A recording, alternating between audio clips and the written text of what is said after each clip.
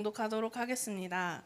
바울이 아덴에서 그들을 기다리다가 그 성에 우상이 가득한 것을 보고 마음에 격분하여 회당에서는 유대인과 경건한 사람들과 또 장터에서는 날마다 만나는 사람들과 변론하니 어떤 에피쿠로스와 스토아 철학자들도 바울과 쟁론할세 어떤 사람은 이르되 이 말쟁이가 무슨 말을 하고자 하느냐 하고 어떤 사람은 이르되 이방 신들을 전하는 사람인가 보다 하니 이는 바울이 예수와 부활을 전하기 때문이로라.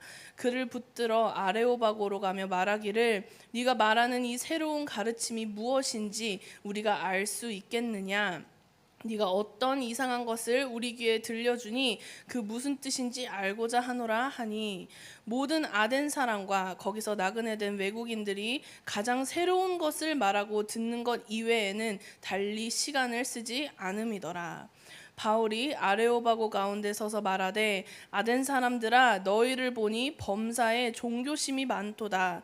내가 두루 다니며 너희가 위하는 것들을 보다가 알지 못하는 신에게 라고 새긴 단도 보았으니 그런즉 너희가 알지 못하고 위하는 그것을 내가 너희에게 알게 하리라. 우주와 그 가운데 있는 만물을 지으신 하나님께서는 천지의 주제시니 손으로 지은 전에 계시지 아니하시고 또 무엇이 부족한 것처럼 사람의 손으로 섬김을 받으시는 것이 아니니 이는 만민에게 생명과 호흡과 만물을 친히 주시는 이심이라. 인류의 모든 족속을 한 혈통으로 만드사 온 땅에 살게 하시고 그들의 연대를 정하시며 거주의 경계를 한정하셨으니 이는 사람으로 혹 하나님을 더듬어 찾아 발견하게 하려 하심이로되 그는 우리 각 사람에게서 멀리 계시지 아니하도다. 우리가 그를 힘입어 살며 기동하며 존재하느니라. 너희 시인 중 어떤 사람들의 말과 같이 우리가 그의 소생이라 하니 이와 같이 하나님의 소생이 되었은즉 하나님을 금이나 은이나 돌에다 사람의 기술과 고안으로 새긴 것들과 같이 여길 것이 아니니라. 알지 못하던 시대에는 하나님이 간과하셨거니와 이제는 어디든지 사람에게 다 명하사 회개하라 하셨으니 이는 정하신 사람으로 하여금 천하를 공의로 심판할 날을 작정하시고 이에 그를 죽은 자 가운데서 다시 살리신 것으로 모든 사람에게 믿을 만한 증거를 주셨음이니라 하니라.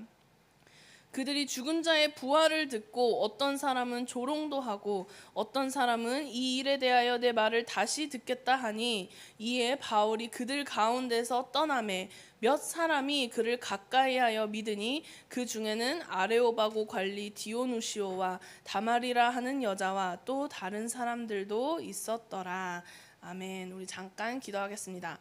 사랑의 하나님 감사합니다. 오늘 우리의 마음을 말씀 앞에서 겸손히 낮추어 주시고 전하는 자나 듣는 자나 이 말씀 가운데 담긴 하나님의 지혜를 이해하는 그 지혜와 그 지식을 우리에게 더하여 주시옵소서. 성령님 우리의 귀와 마음을 활짝 열어 주시옵소서. 감사드리며 오늘 우리의 예배를 받으실 예수님의 이름으로 기도드렸습니다. 아멘. 네, 여러분은 일단 예술의 도시 하면 어디가 떠오르십니까? 좀 온 세상 아티스트들이 좀 이렇게 모이고 뭐 음악가뿐 아니라 가수뿐 아니라 뭐 연기자라든지 예술가라든지 뭐 이렇게 공연가라든지 좀 그런 사람들이 모일 법한 곳. 런던? 어디? 이탈리아? 프랑스? 파리? 오스트리아? 우리 미국 쪽은 없니? 미국파는 러시아? 러시아 지금 전쟁 중이긴 하지만 러시아일 수도 있지. 뭐 그쵸, 예를 들어서 뭐 런던이 있을 수도 있고 뭐 파리, 뭐 예전 막 유럽의 그런 클래식한 그런 명화들이 나왔던 그런 유럽의 도시일 수도 있고 좀 요즘 현대 미술을 한다, 좀 팝아트 같은 걸 한다, 뭐 이렇게 뭐 그런 팝컬처를 한다 하면 이제 NYC 뭐 뉴욕 도시도 많이 가고 미국도 막 LA도 많이 가고 그렇죠. 우리가 살던 시대에서 이렇게 꼭 특정 도시들이 이렇게 문화나 예술이나 좀 이런 지식적으로 이렇게 유명해서 좀 이렇게 좀 그런 도시들이 있어요. 예술가들이 모이는 곳, 지식인들이 모이는 곳, 그렇죠? 오늘 이제 이 본문에 나오는 아덴이 바로 그런 곳이에요. 바울 당시에 이 아덴은요, 수많은 예술가들과 수많은 철학자들이 모이는 곳이었어요. 그래서 이곳에는 화려한 건축물도 있고, 막 길거리를 돌아다니면 우리가 박물관에서 보는 그런 조각상들이 있어, 막. 그리고 막 그림도 많고, 뭐 여기 시장 어디 한 구석 가면은 막 철학자들이 막 모여가지고 막 철학 사상 막 이렇게 토론하고 있고, 이렇게 굉장히 막 그런 문화가 꽃피는 곳, 지식이 꽃피는 곳, 그런 곳이 아덴이었는데, 이런 화려한 건축물과 조각상과 예술품이 가득하고 지식이 넘치는 이 도시를 보면서 오늘 말씀해 보니까 바울이 그것을 보면서 와, 너무 대단하다. 와, 어떻게 역시 아덴이야. 이렇게 감탄하는 게 아니고 뭐라고 합니까? 조금 다른 시각으로 봐서 격분했다고 나오죠. 우리 같이 16절 말씀을 한번 읽어보겠습니다. 시작. 바울이 아덴에서 그들을 기다리다가 그 성에 우상이 가득한 것을 보고 마음에 격분하여. 바울이 지금 도시를 가득 채운 이 예술과 지식을 보고 감탄한 게 아니라 격분한 이유는 뭐냐면, 그 모든 건축물들과 조각상들과 그림들이 다 이 아덴 사람들이 믿는 우상신들에게서 영감을 받아서 만들어졌거나 아니면 그 우상을 숭배하고 섬기는 일을 위해 제작된 거였기 때문이었어요. 아덴의 가장 웅장하고 아름다운 건축물은요, 바로 그리스 로마 신화에 나오는 그런 신들을 위한 신전이었고요.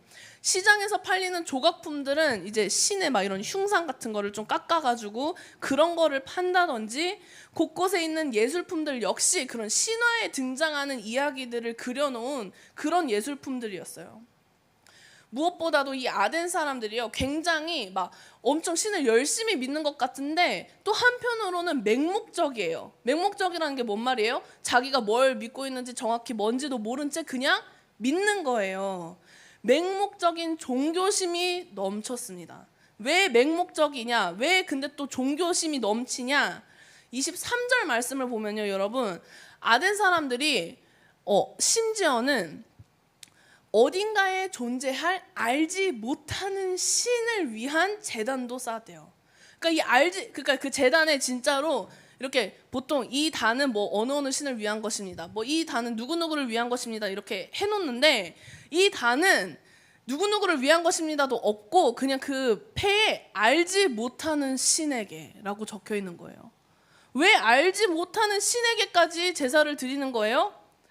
이 사람들이 두려운 거예요. 아, 우리는 알지 못하지만 어딘가에 존재할 이 신이 우리가 제사를 드리지 않았다고 해서 화나가지고 우리에게 저주를 내리면 어떡하지? 그 두려움에 기반해서 이 알지 못하는 신을 위해서도 제단을 쌓아놓고 거기에다가 제사를 드리는 거예요. 이렇게 해서 아덴 사람들이 섬겼던, 그 아덴이란 도시에서 섬겼던 신만 해도 학자들이 추측하기를 약 3만 개가 넘어간다고 추측합니다. 여러분, 상상할 수 있어요? 힌두교나 이런 종교들도 신이 어마어마하게 많거든요. 근데 3만 개까지는 안 돼요. 근데 이 아덴 사람들은 3만 개가 넘는 신을 섬기고 있었다는 거예요.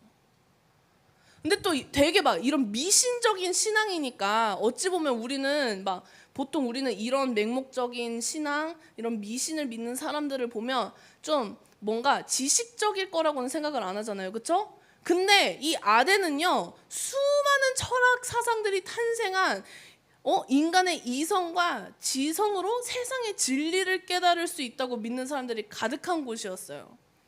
사람들이 날마다 시장이나 광장에 모여가지고 자기는 세상의 진리가 이런 것 같다, 자기는 세상이 이렇게 탄생한 것 같다, 인간은 그 중에서 이런 존재고, 자기가 믿는 이런 사상이나 철학에 대해서 막 토론하는 거를 되게 즐겼단 말이에요. 일상이었어요. 얼마나 일상이었냐면, 일상을 넘어서서 그들의 삶 자체였던 걸 어떻게 알 수 있냐면 21절 말씀에 이렇게 나와 있죠. 같이 한번 읽어봅시다. 시작. 모든 아덴 사람과 거기서 나그네 된 외국인들이 가장 새로운 것을 말하고 듣는 것 이외에는 달리 시간을 쓰지 않음이더라. 이 사람들은요, 매일 아침 눈을 뜰 때마다 무엇을 생각하는 거예요? 오늘은 어떤 새로운 게 있을까? 맨날 이 사람들은 뭔가 더 새로운 것, 뭔가 자기의 호기심을 더 자극하는 것, 이런 걸 찾으면서 자신의 모든 시간을 거기다가 쏟는다는 거예요. 더 자극적이고 더 신박한 무언가를 찾아 헤매면서 이 사람 붙들고도 얘기해보고 저 사람 붙들고도 얘기해보고 이렇게 하루를 보내는 거죠. 그러니 여러분, 아덴이 겉으로는 너무 예술적이에요. 지식이 막 차고 넘쳐요. 근데 그거를 한꺼풀 벗겨보잖아요. 그 모든 아름다운 예술품은 결국 더러운 우상 숭배와 관련돼 있던 거고, 그들이 하는 모든 말들은요 결국 헛되요, 거짓 진리예요. 이런 아덴과 사람들의 모습을 쭉 살펴보면 여러분, 무엇을 느끼게 되냐면, 저는 무엇을 느꼈냐면, 와, 진짜 지금 우리가 살고 있는 세상을 거울처럼 비춰주는 것 같다, 이 생각을 하게 되더라고요. 여러분, 이런 우리가 방금 말한 이런 도시들이 왜 유명합니까? 왜 사람들이 거기에 모이죠? 예술적이에요. 감각적이에요. 감성이 넘쳐, 감성이 있어요. 막 화려하고 자극적이고 새로운 것이 넘쳐나요. 근데 이 모든 게 사람 눈에는 너무 혹해요. 사람 눈에는 너무 대단해 보이고 사람 눈에는 너무 아름다워 보이는데 여러분, 하나님의 눈에서 이것이 어떻게 보이느냐? 헛되다. 하나님의 눈에 이것이 어떻게 보이느냐? 하나님의 마음을 진노케 하는 죄악이 가득한 것이다. 그래서 여러분, 우리 중에 특별히 또 만약에 예술을 꿈꾸는 친구가 있다면 여러분 기억하세요. 하나님을 떠난 예술은요, 아무리 화려하고 아무리 색달라도요 아름답지 않아요. 그냥 그거는요, 우리 눈을 현혹해서요 참된 아름다움의 기준 대신 하나님을 보지 못하도록 막아요. 우리 중에 또 막 공부 좀 이렇게 잘하고 싶은 친구들, 우리 또 다 학생이니까 여러분, 하나님을 떠난 지식이요, 하나님이 없는 지식이요, 도리어 우리를 더 똑똑하게 만들고 우리를 더 막 뭔가 더 나은 사람으로 만드는 게 아니라요, 도리어 우리의 귀를 막아서요 참된 진리신 하나님으로부터 더욱 멀어지게 만들어요. 그러면은 우리는 지금 이렇게 거짓된 아름다움과 거짓된 지식이 넘쳐나는 세상을 살아가고 있는데, 그럼 우리는 이 세상을 어떤 시선으로 바라봐야 할까? 여러분은 이 세상을 어떻게 바라보고 있나요? 한번 생각해 보세요. 나는 지금 이 세상을 어떻게 바라보고 있지? 여러분 혹시 부러워하고 있지는 않습니까? 솔직해져도 괜찮아요. 그냥 마음속으로 혼자 솔직해져도 괜찮아요. 저도 언젠가 한 번은 부러워한 적이 있어요. 하나님께서 기뻐하시지 않는 가치관과 세계관을 담은 작품, 그림, 노래, 춤, 공연 보면서 와, 진짜 기가 막힌다. 어떻게 저런 걸 만들어내지? 어떻게 저런 노래를 만들어냈을까? 어떻게 저런 춤을 출 수 있을까? 나도 저 감각을 갖고 싶다. 부럽다. 나도 저런 예술을 하고 싶다. 나도 저 연예인처럼, 나도 저 아이돌처럼, 나도 저런 화려한 무대 위에서 저런 노래 부르고 싶다. 이런 마음으로 바라보고 있지는 않습니까?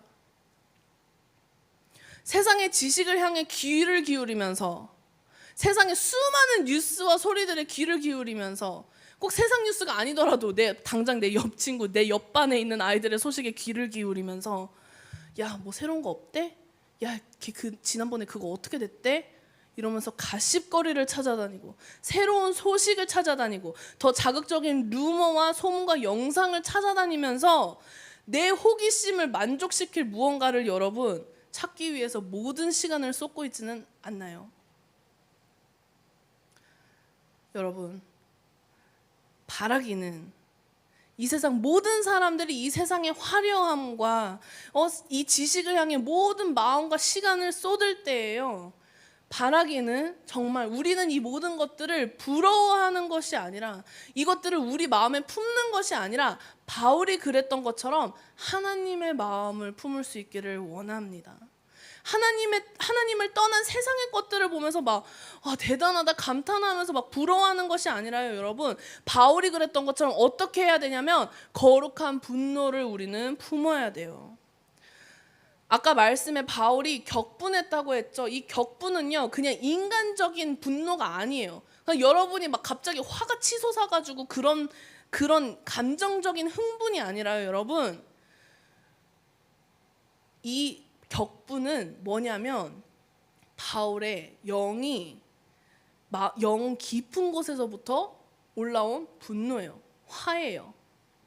영어 성경으로 보면 뭐라고 나와 있냐면요, His spirit was provoked. 그의 영이 움직였다고 나와 있어요. 그의 영혼이 격분했대요. 이 분노는 인간적인 마음이 아니고 바울의 영에 내주하시는 성령님께서 품게 하신 분노라는 거예요. 그럼 이 거룩한 분노는 뭘까? 성령님이 품게 하시는 분노는 도대체 뭐가 다른가? 이거는 그냥 저 사람은 어떻게 저래? 이러면서 다름을 인정하지 못하는 여러분 이런 꼰대적인 마인드도 아니고요. 세상 사람들이 기독교를 향해서 말하는 차별적이고 막 혐오한다, 혐오감에 저런다 이런 분노도 아니에요. 성령님께서 품게 하시는 거룩한 분노는 뭐냐? 하나님을 알지 못해서 여전히 죄악을 행하는 사람을 향한 안타까움, 그리고 그 사람을 여전히 얽매이고 있는 죄, 사탄의 권세를 향한 분노인 거예요. 그래서 하나님의 마음을 품은 사람은요, 가만히 있을 수가 없어요. 근데 이거를 표출하게 돼 있는데 이거를 어떻게 표출하냐면 우리가 흔히 생각하는 것처럼 막 이렇게 어떻게 그럴 수 있어? 이러면서 막 밥상을 뒤엎고 삿대질하고 막 주먹이 날아가는 게 아니라, 여러분, 우리 안에 거룩한 분노가 심어졌을 때 우리는 이 거룩한 분노를 표출하는 방법이 바로 복음을 전파하는 거라는 거예요. 우리 17절 말씀 함께 읽어보겠습니다. 시작. 회당에서는 유대인과 경건한 사람들과 또 장터에서는 날마다 만나는 사람들과 변론하니. 바울 안에 이 거룩한 분노가 올라오니까 여러분, 바울이 그 길로 회당을 쫓아갑니다. 회당으로 달려가서 유대인들과 하나님을 믿는 경건한 이방인들에게 복음을 전해요. 거기서만 복음을 전한 게 아니라 또 뭐래요? 장터에서, 길거리에서 날마다 만나는 사람들에게 복음을 전했다는 거예요. 이렇게 만나서 복음을 전했던, 그 복음을 들었던 사람들 중에는 누구도 있었냐면 오늘 말씀에 등장하는데 에피쿠로스와 스토아 철학자들도 있어요.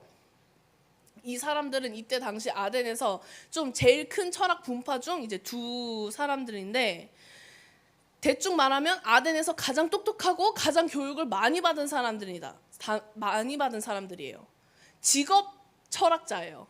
요즘엔 없죠.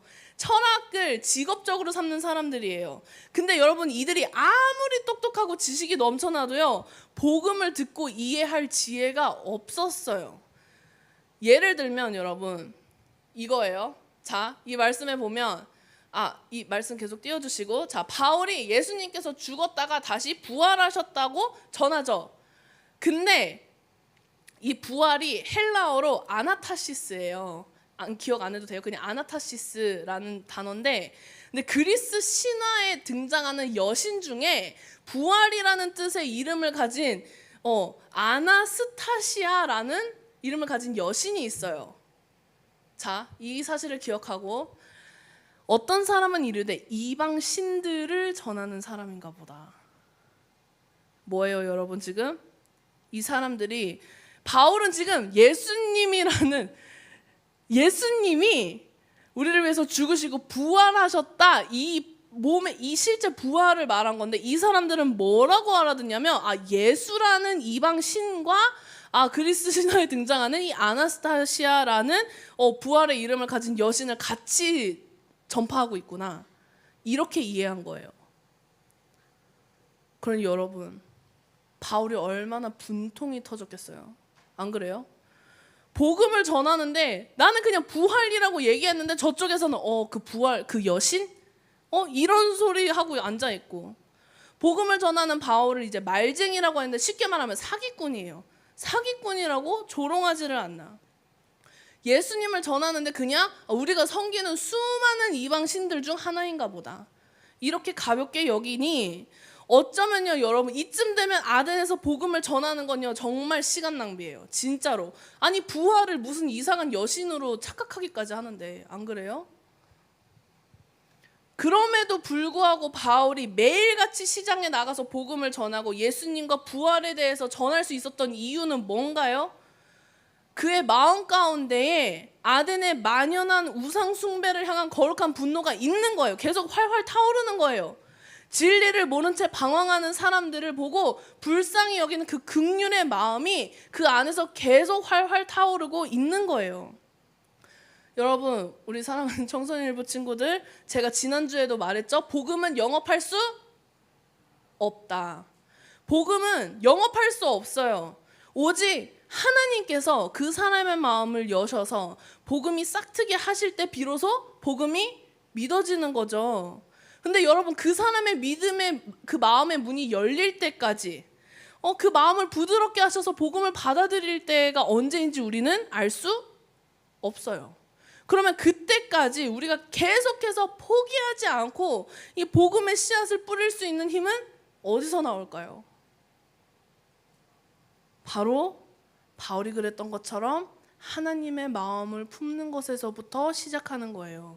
하나님을 보지 못하게 만드는 그 죄를 향한 거룩한 분노랑요, 동시에 여전히 그 죄 가운데 있어서 언젠가 심판받아 죽을 그 영혼을 불쌍히 여기는 그 마음이 있어야지, 하나님의 그 긍휼의 마음이 있어야지만 우리가 포기하지 않고 계속해서 복음을 증거할 수 있는 힘이 생기는 거죠.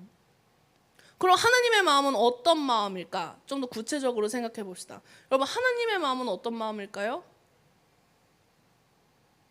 내가 나의 아들을 내어주지 않는다면, 또 내가 저들을 위해서 십자가에 달려 죽지 않는다면 이 모든 영혼들이 평생을 마귀의 노예로 죄의 종으로 살다가 심판받아 죽겠구나.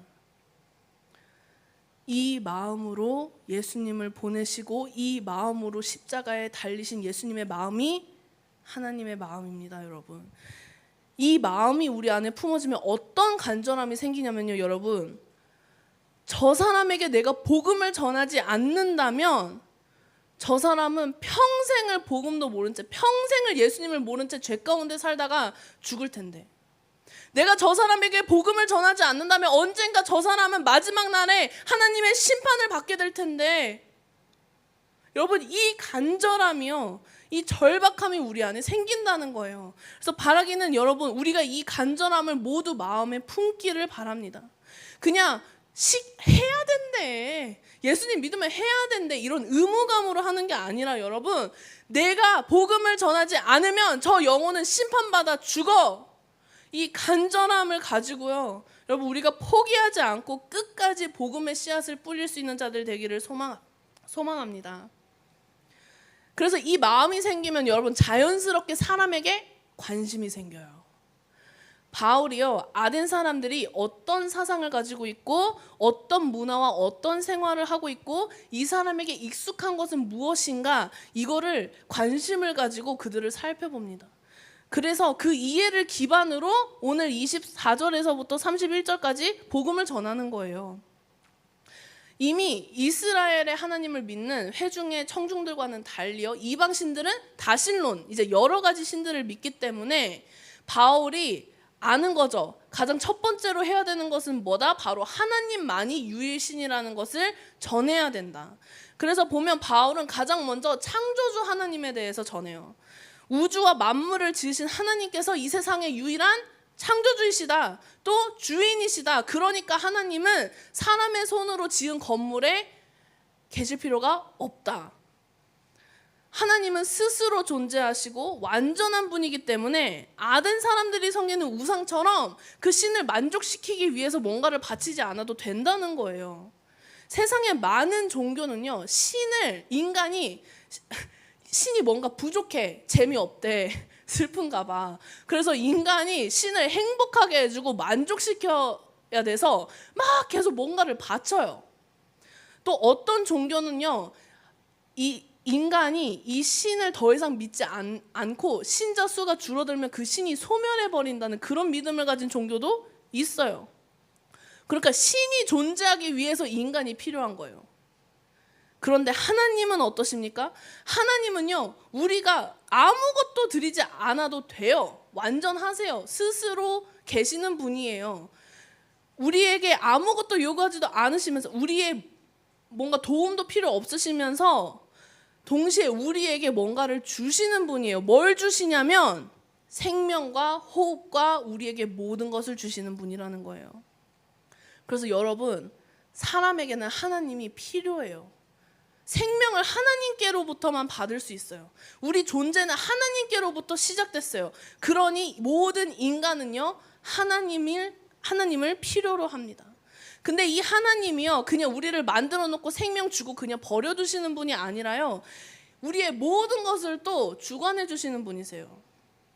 헬라 사람들 중에서는요, 신의 존재는 부정하지는 않아요. 근데 신은 우리에게 아무런 관심이 없다고 생각하는 사람들이 있었어요. 근데 하나님은 어떠십니까? 이 세상에 일어나는 일들에 대해서 아주 많은 관심을 갖고 계세요. 사람에 대해서 아주 많은 관심이 있으세요. 이 세상 모든 역사를 하나님께서 이끄시고요, 심지어 국가의 경계까지도 하나님이 정하신다고 바울은 말해요. 최초 인간 아담의 창조부터 타락과 그 이후의 이 모든 인류 역사는요, 우연히 흘러간 게 단 한 번도 없어요. 다 하나님의 깊은 관심과 개입과 주권 아래에 흘러갔다는 거죠. 근데 이런 하나님을 지금까지 아는 사람들이 몰랐던 거예요. 그래서 우상을 섬겼어요. 그래서 하나님께서는 그들의 무지함을 용납하셨어요.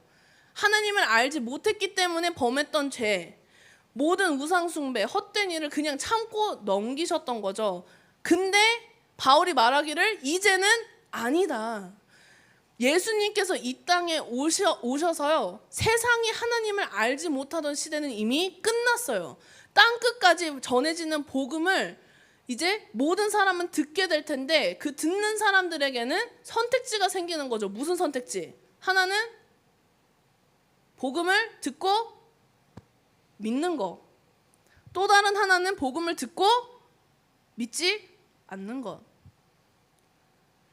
이제는 듣는 이가 내가 이 복음을 믿을 것인지 안 믿을 것인지 선택하는 복음의 시대가 열린 거예요.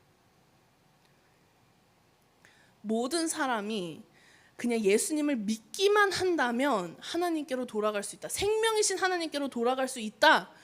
죄를 용서받고 심판받지 않고 마지막 날에 하나님의 나라를 도리어 상으로 받게 된다. 여러분, 이 엄청난 구원이요, 죽음에서의 이 구원이요, 영원한 생명이요, 믿기만 하면 모든 이들에게 주어져요.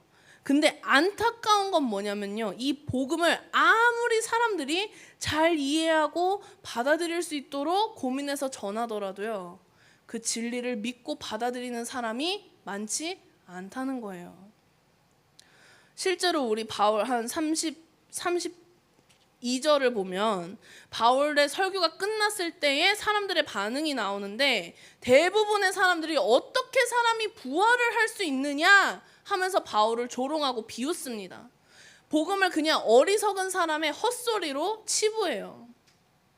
진리를 진리로 받아들이지 못하고 멸망과 죽음의 길이 도리어 우리를 구원할 거로 믿는 이 고집스러움이 있는 사람들, 다 헤아리지도 못할 그 수많은 미신과 알지 못하는 신마저 숭배하면서도 유일한 창조주 하나님 한 분을 믿기 거부하는 여러분, 이 패역한 세대가 우리가 복음을 전해야 되는 사람들인 거예요. 막막하지 않습니까? 여러분, 저는 너무 막막해요. 어찌 보면 또 복음을 증거하는 일은요, 하이 리스크 로우 리턴이에요. 이 말 아는 사람, 하이 리스크 로우 리턴. 뭐예요? 리스크, 위험, 그쵸? 복음을 전하면서 수많은 고난을 마주하게 돼요. 그 고난과 실패와 거절의 두려움을 겪는 거에 비해서 로우 리턴, 보장된 결과가 없어요. 이 복음을 전했을 때 듣는 사람이 이 복음을 믿으리라는 보장이 없어요. 그래서 누군가는 바울의 설교가 끝난 후에 돌아온 이 사람들의 반응을 보면서 바울이 실패했다, 아무것도 얻지 못했다 라고 할 수도 있어요. 만약 바울이 복음 영업사원이어서 도시마다 새 신자 할당량을 채워야 했다면 여러분, 맞습니다. 바울 실패했어요. 그렇지만 그리스도인은 복음 영업사원이 아니에요. 내가 어떻게든 복음이라는 걸 많은 사람들에게 팔아야 돼, 내게 주어진 이 할당량을 내가 채워야 돼, 이런 영업원의 마음이 아니라요. 여러분, 한 사람이라도 믿는다면, 내가 100명에게 전했는데 그 100명 중에 한 사람이라도 전한다면, 내가 아무리 실패하고 거절당하고 불이익을 받더라도 내가 복음을 전했는데 그 한 사람이 하나님께로 돌아왔다면 나는 기꺼이 오늘도 복음을 전하러 갈 거야. 그 마음으로 복음을 뿌리는 사람들이 그리스도인입니다. 그 마음으로 복음을 뿌려야 되는 사람이 우리예요. 바울도 그런 마음으로 복음을 뿌렸어요. 그 노력과 꿋꿋함의 결과가 34절 말씀에 나옵니다. 함께 읽어볼까요? 시작. 몇 사람이 그를 가까이하여 믿으니 그 중에는 아레오바고 관리 디오누시오와 다말이라 하는 여자와 또 다른 사람들도 있었더라. 사랑하는 여러분, 저는 이 34절에 등장한 믿게 된 몇 사람이요, 바울의 이 24절에서 31절까지 이 한 번의 설교로 회심했다고 생각하지 않습니다. 바울이 그동안 회당과 길거리와 시장 곳곳에서 끊임없이 복음을 전파했던 그 땀과 노력이 있었기 때문에 끝내 이렇게 열매를 맺게 된 것이라 믿어요. 지금은 아무런 변화가 없는 것 같아요. 그렇지만 여러분을 변화시킨 복음의 능력이 저 사람 역시 변화시킬 거야, 이 믿음을 붙들고 끊임없이 복음의 씨앗을 뿌릴 수 있는 여러분 되기를 바랍니다. 근데 그렇게 하려면, 거의 다 끝났어요. 잘 들어봐. 이게 핵심이야. 그렇게 하려면 여러분, 우리는 가장 먼저 하나님의 눈으로 세상과 사람을 바라볼 수 있어야 돼요.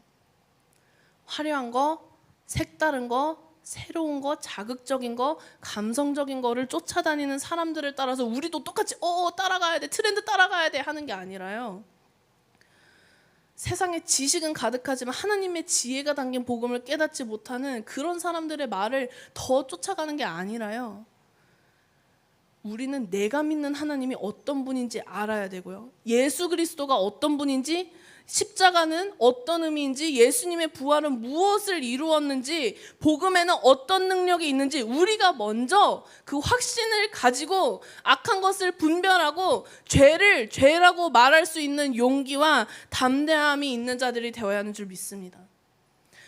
또한 우리는요, 하나님의 마음을 품어야 돼요. 이 눈만 가지고 분별했는데 너 어떻게 그렇게 살 수 있어?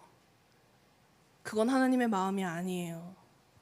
세상을 정죄하고 손가락질하면서 너는 지옥에 떨어질 거야, 저주를 퍼붓는 게 아니라요, 여러분, 저 한 영혼이 죄인에서 하나님 자녀가 되기를 바라는 마음으로 저 사람을 살릴 수 있는 건 복음밖에 없다는 마음으로 우리는 그 사람에게 복음을 증거해야 되는 거예요. 그래서 여러분, 이 시간 여러분과 함께 부르고 싶은 찬양이 하나 있는데요, 어떤 찬양이냐면 하나님 아버지의 마음이라는 찬양이에요. 근데 이 가사를 조금 여러분에게 읽어드리고 싶은데, 아버지, 당신의 마음이 있는 곳에 나의 마음이 있기를 원해요. 아버지, 당신의 눈물이 고인 곳에 나의 눈물이 고이길 원해요. 아버지, 당신이 바라보는 영혼에게 나의 두 눈이 향하길 원하고, 아버지, 당신이 울고 있는 땅에 나의 두 발이 향하기를 원합니다. 이런 찬양의 가사인데, 우리 이 시간 이 찬양을 함께 부를 때 진짜 기도하는 마음으로, 하나님, 제가 정말 하나님 아버지의 마음을 닮기를 원합니다. 하나님 아버지의 마음을 품기를 원합니다.